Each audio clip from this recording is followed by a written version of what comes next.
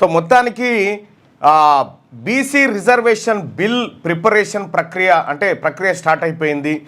రాష్ట్ర ప్రభుత్వం బిల్ను ప్రిపేర్ చేసే పనిలో బిజీగా ఉంది. అయితే కొంతమంది వ్యక్తులు బయట వ్యక్తులు కొంత బిల్ గురించి మాట్లాడినప్పటికీ అదంత పారదర్శకంగా లేదనేది మెజార్టీ వర్గాల అభిప్రాయం మేరకు సో ప్రభుత్వమే ఒక బీసీ రిజర్వేషన్ బిల్ను ప్రవేశపెట్టబోతా ఉంది.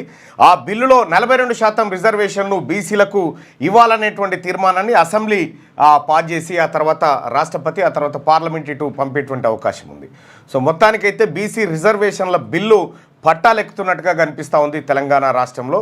రాహుల్ గాంధీ గారు ఇచ్చినటువంటి హామీ ఏదైతే ఉందో కామారెడ్డి డిక్లరేషన్ దాన్ని పరిపూర్ణం చేసే దిశగా రాష్ట్ర ప్రభుత్వం తరఫున ఉండాల్సినటువంటి అవకాశాలు ఎన్ని ఉన్నాయో వాటన్నిటినీ ఫుల్ఫిల్ చేసి బంతిని భారతీయ జనతా పార్టీ కోర్టులోకి అంటే అక్కడ విసిరేయడానికి దాదాపుగా సరంజామా అంతా సిద్ధమైపోయింది. ఇది బీసీ ప్రజలారా.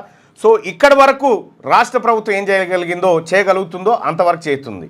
సో నెక్స్ట్ బీజేపీ నిజంగా బీసీల పైన చిత్తశుద్ధి ఉంటే ఈ భారతదేశంలో ఉన్నటువంటి బీసీ ప్రధాని నేనే అని చెప్పి నరేంద్ర మోడీ గారు ఏదైతే చెప్పుకుంటా ఉన్నారో ఆయన చెప్పుకునేటువంటి మనిషి నిజంగా బీసీఏ అయితే ఈ బీసీ ప్రజలకు జరిగినటువంటి అన్యాయాన్ని పరిపూర్ణం చేయడం కోసం అంటే అన్యాయాన్ని సరిదిద్దడం కోసం ఈ దేశంలో బీసీలకు 42% రిజర్వేషన్ కనీసం 42% రిజర్వేషన్ను అక్కడ విద్యా ఉద్యోగాల్లో ప్లస్ రాజకీయ పరంగా ఇస్తూ పార్లమెంట్లో బిల్లు పెట్టేటువంటి అంశాన్ని భారతీయ జనతా పార్టీ పరిశీలించాలి. లేకపోతే బీసీలకు భారతీయ జనతా పార్టీ ద్రోహం చేసిన పార్టీగా మచ్చగా మిగిలిపోతుంది.